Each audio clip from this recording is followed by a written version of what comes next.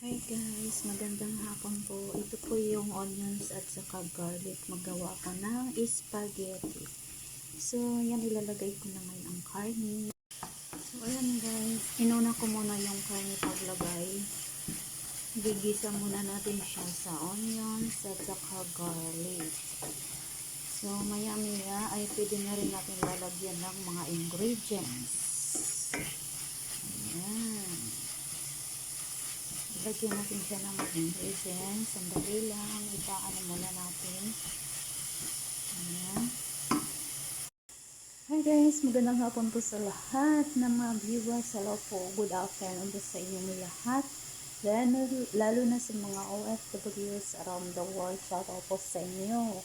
So guys, ang aking lulutuin pala ngayon is spaghetti. Ayan siya guys. Spaghetti ang aking lulutuin. Ayan. So, yan. So, ang ginawa ko na ngayon is nag-ano ako ng onions at saka garlic. So, nilagay ko na rin yung karne.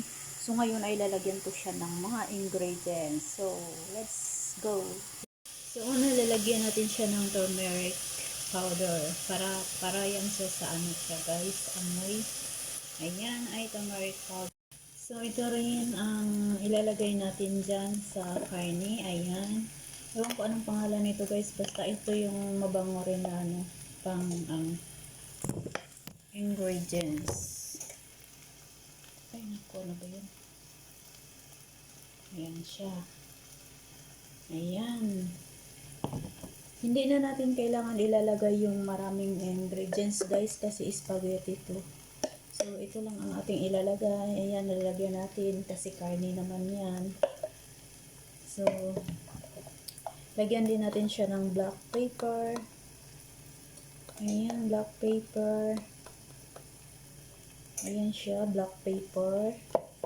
At saka lagyan natin siya ng kusbara powder. Ayan, yung darsin guys, ay hindi natin siya lagyan ng darsin. Ito lang siya, kusbara powder. So, ngayon halo-haloin na natin. So, ayan, nilagyan ko na siya ng ingredients. Ayan. So, pwede na rin natin una ilagay muna yung tomato na blender. Ayan, tomato na blender. Ayan siya. Ay, tomato. Kasi para din maano yung parang nagpikit, diba? So, ayan, i-mix natin. Para hindi siya masunog ang karne. Ayan, i-mix na natin guys. So, shout out dyan sa mga lahat ng mga followers. Shout out po sa inyo guys. Ayan, ay maya-maya na naman ay lalagyan natin siya ng tomato paste. So, sandali lang guys. I-mix lang natin yung mga ingredients. Tapos, lalagyan natin siya ng tomato paste. Ayan. Diba? Ang bango-bango na niya. Kasi, dahil doon sa mga ingredients. Ay, naku guys. Nakalimutan pala natin ang asin. Naku. Paborito pa naman ng aking amo ang asin. Huwag natin makalimutan ang asin. Paano na lang kung walang asin ay walang sarap. Diba? So, ang pinakamasarap dyan ay asin.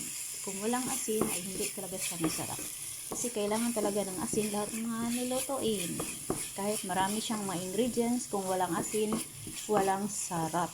So, dapat talaga may asin. Huwag kalimutan ng asin. Ayan, sandali lang at maglalagay tayo ng tomato paste.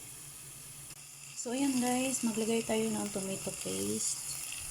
At mamaya na naman ay lalagyan natin siya ng ketchup. Ayan, sandali lang guys kasi hindi ako nakadala ng aking stand sa cellphone. Isang kamay lang. Sandali lang.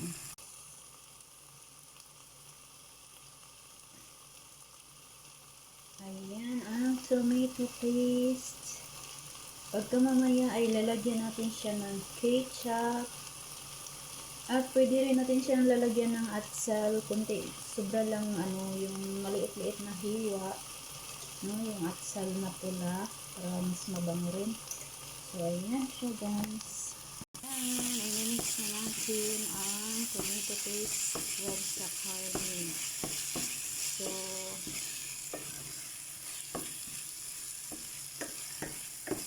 ayan. Mix na natin. So, pwede rin natin siya lalagyan ng tubig guys para para maluto siya at hindi siya ganyan, no? Parang pumipikit kasi.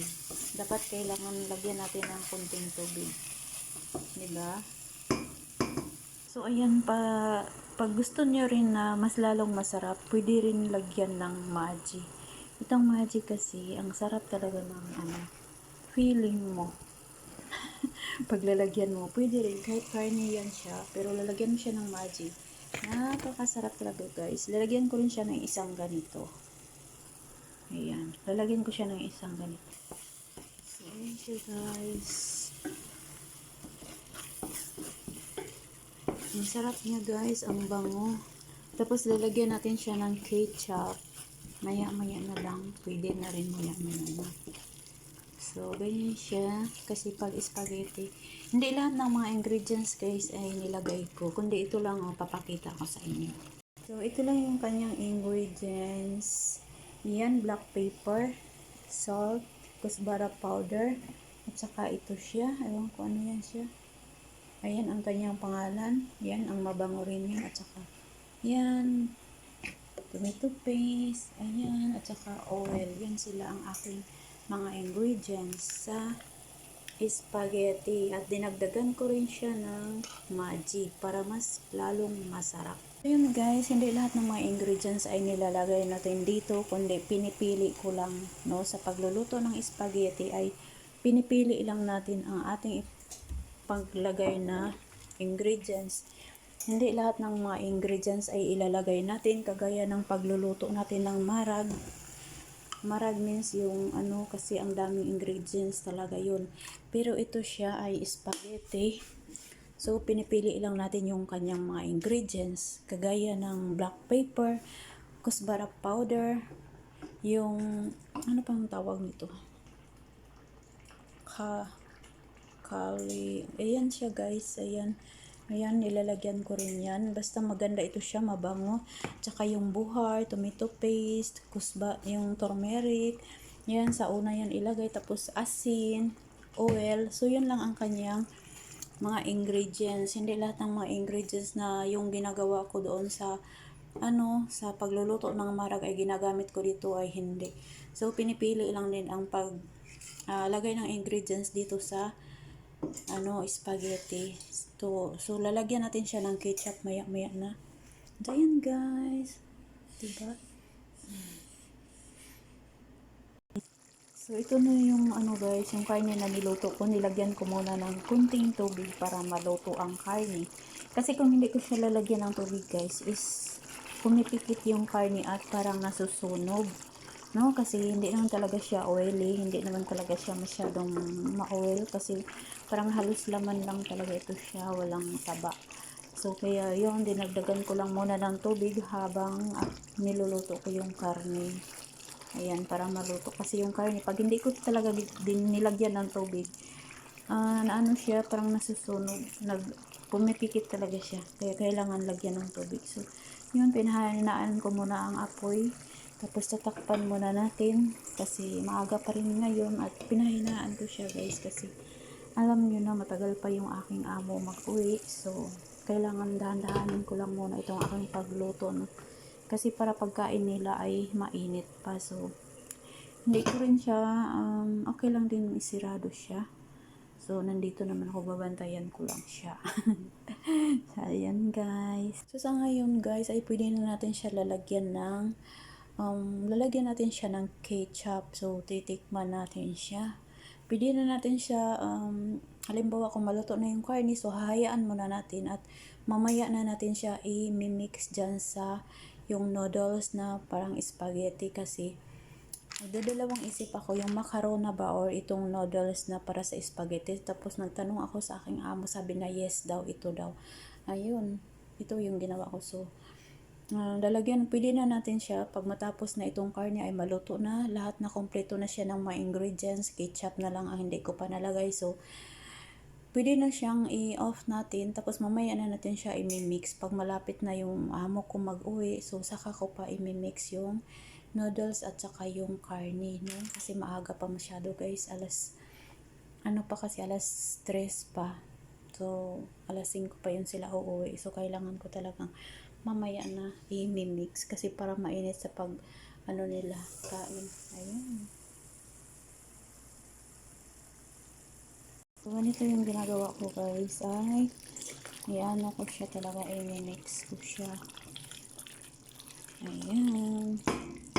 At titikman natin kung ano ang lasa. Baka nasobrahan siya ng asin, or baka kulang siya ng black pepper, or dagdagan natin kung ano ang kanyang kulang.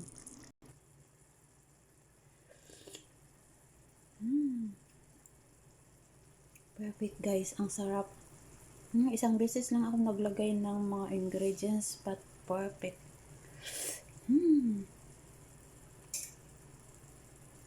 Tamang-tama ang asin, tamang-tama ang mga ingredients.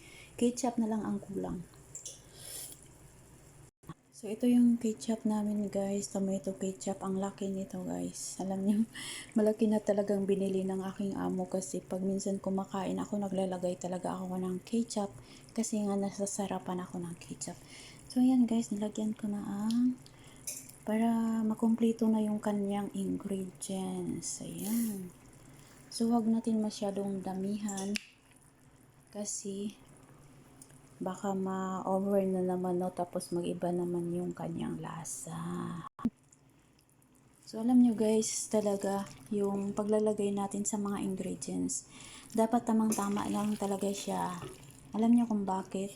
Pag ma-over yan siya sa kanyang mga ingredients, ay hindi na rin siya masarap guys, nawawala na yung kanyang sarap pag ma-over siya sa kanyang ingredients. So, dapat lang talaga siya, yung tama-tama lang, no? Ayan, nilagyan ko ng ketchup, so hayaan lang muna natin to. Importante na na siya, kompleto na siya sa kanyang ingredients. Ayan. So, titikman natin ulit kung anong lasa kasi nilagyan ko na siya ng ketchup.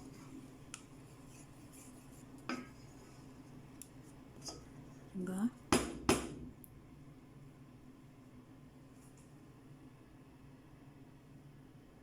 Yummy, yummy guys. Yummy, yummy. Titikman natin ulit kung ano ang sarap niya kasi nilagyan ko na siya ng ketchup.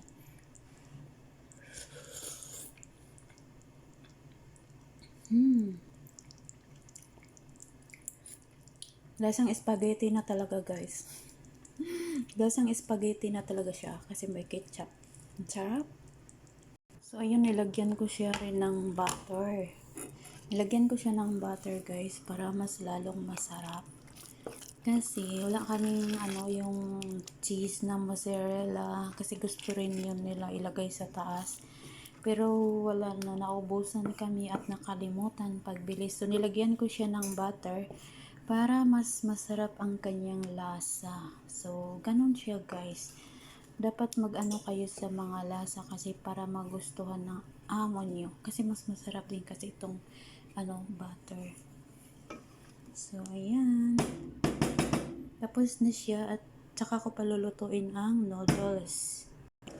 Hey guys, ito na yon, nilagay ko na yung spaghetti. Ayan. So, mamaya na siya guys. Anuhin muna natin at pag malambot na yung spaghetti na yan ay ilalagay natin siya sa salaan. Ayan. Yummy yummy guys.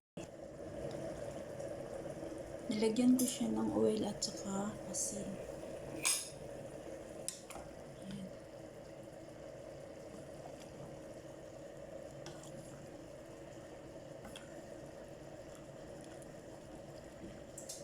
Spaghetti. Ayan. So, hintayin na natin siya na maluto at bakit ko ginagawa guys para hindi sila magpikitan. Ginagalaw-galaw ko siya.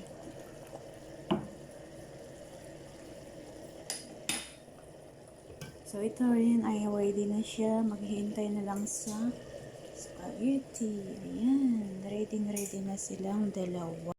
Kuran guys, nagluto ako ng white rice. Kasi gusto kong magkain ng white rice. At may ano naman dyan sa ref. Yung bahaw na ulam. So, yun ang aking uulamin. Ayan. Yummy din yan. White rice.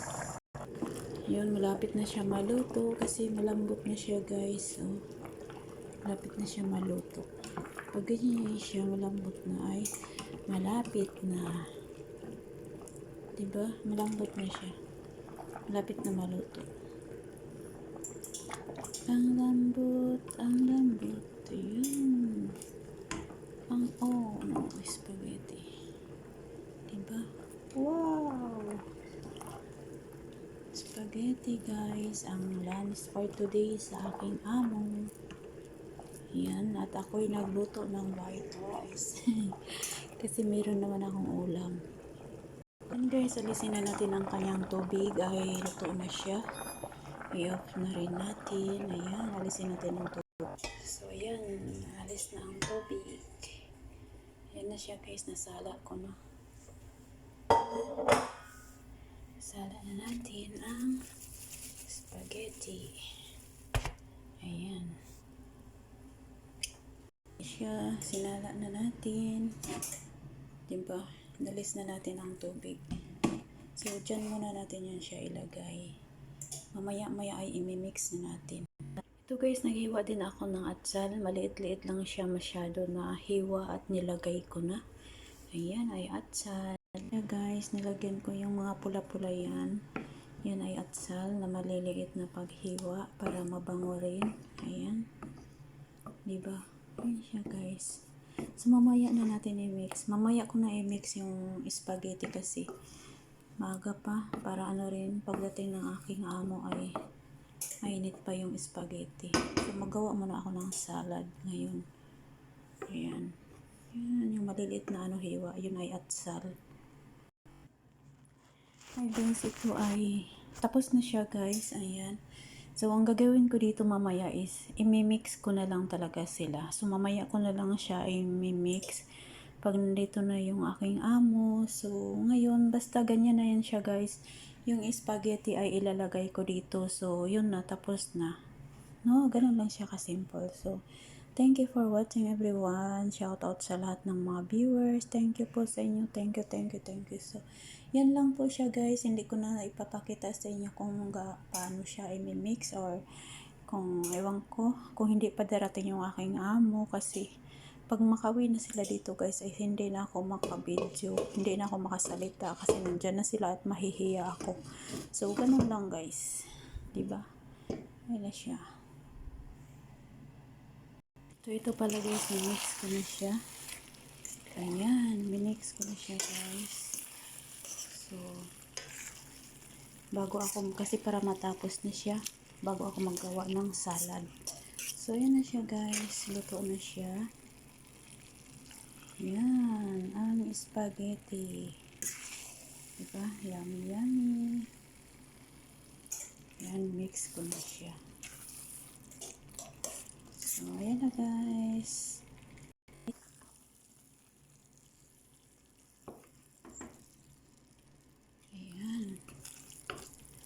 Simpleng spaghetti. Masarap talaga sana ito kung may gatas. At saka walang cheese na abusan. Basta ganito na lang siya guys. So, ito na yon. Okay na ito siya. Diba? Wow. Sarap talaga guys. Ang sarap. Tingnan nyo, ang sarap-sarap. Yummy.